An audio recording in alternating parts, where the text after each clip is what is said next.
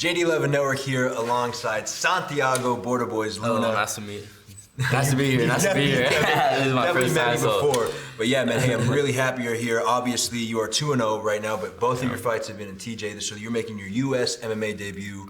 How excited are you to fight next Friday night? I'm really excited to have the opportunity to show the people around in the U.S. What a Mexican fighter is, most likely, and the things that I've learned from my partners and friends, family that I've been practicing with. You guys are gonna see what a Mexican fighter is. Yeah, there you go. Obviously, you got an Entram gym in TJ. Brandon Moreno was just there, a guy from the Contender Series was just on there. They built a lot of big names, a lot of champions in Combate. What has it been like with the competition that you face day in and day out?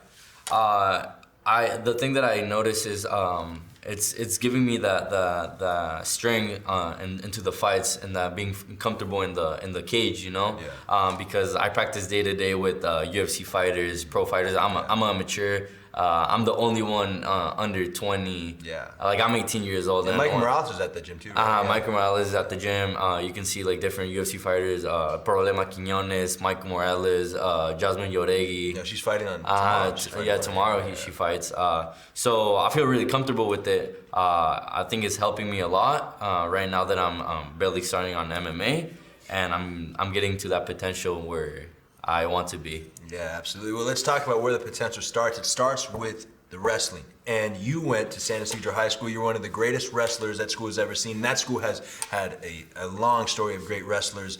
But it was a real hustle for you to get to school every day, right? Let's talk about the grind. So obviously you're in a different country in TJ, even though it's on the border. Just how long would you wait in line every single day to get to school and to get to practice? I would, line would have been like everyone, like, I'm not the only student, right. You know, crossing. There's a lot of Mexican people trying to get that work in the U.S. You know, so you can see like the whole line doing like 1 hour and a half, 2 hours of line just to cross the border, and then another hour to get to school because you would need to get the trolley and then the bus, so you know, different stuff.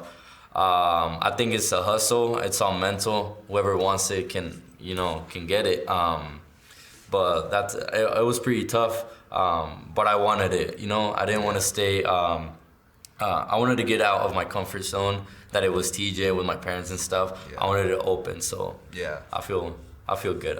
Well, obviously, I mean, people are going to see, I've seen because I've watched your fights, what the wrestling is going to do on Friday night, but you also played football at San Ysidro too, right? I did for, it was something that I always wanted to do, but there was all that people, you know, that's not for you. Stick to the wrestling. Stick to the things that you're for. But if I think about it, when I started wrestling, it was the same, comments that made me want to wrestle. So that's why I did my last year of high school in football for San Ysidro, and thank God I won. I got good in a little bit of time, and I won MVP this year. Yeah, we talk about the impact Coach Canale had on you. Obviously, I know him pretty well. He's a really good dude, really cares about his athletes. Just talk about what he's done for you. Oh, I love that guy. One of the persons that made me grow as a person and as a player in such short time. He was always there. He was the one that put me into the teamwork, you know.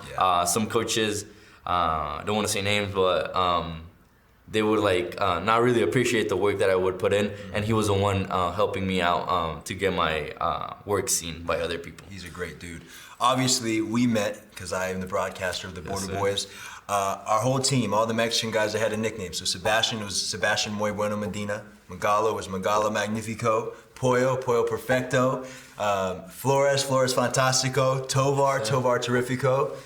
We got to get you a nickname, man. So obviously right now we're talking to you Santiago, Border Boys, Luna, but what would you like as a Spanish nickname? We got to get it to you. We got to continue that Border Boys legend, keep going.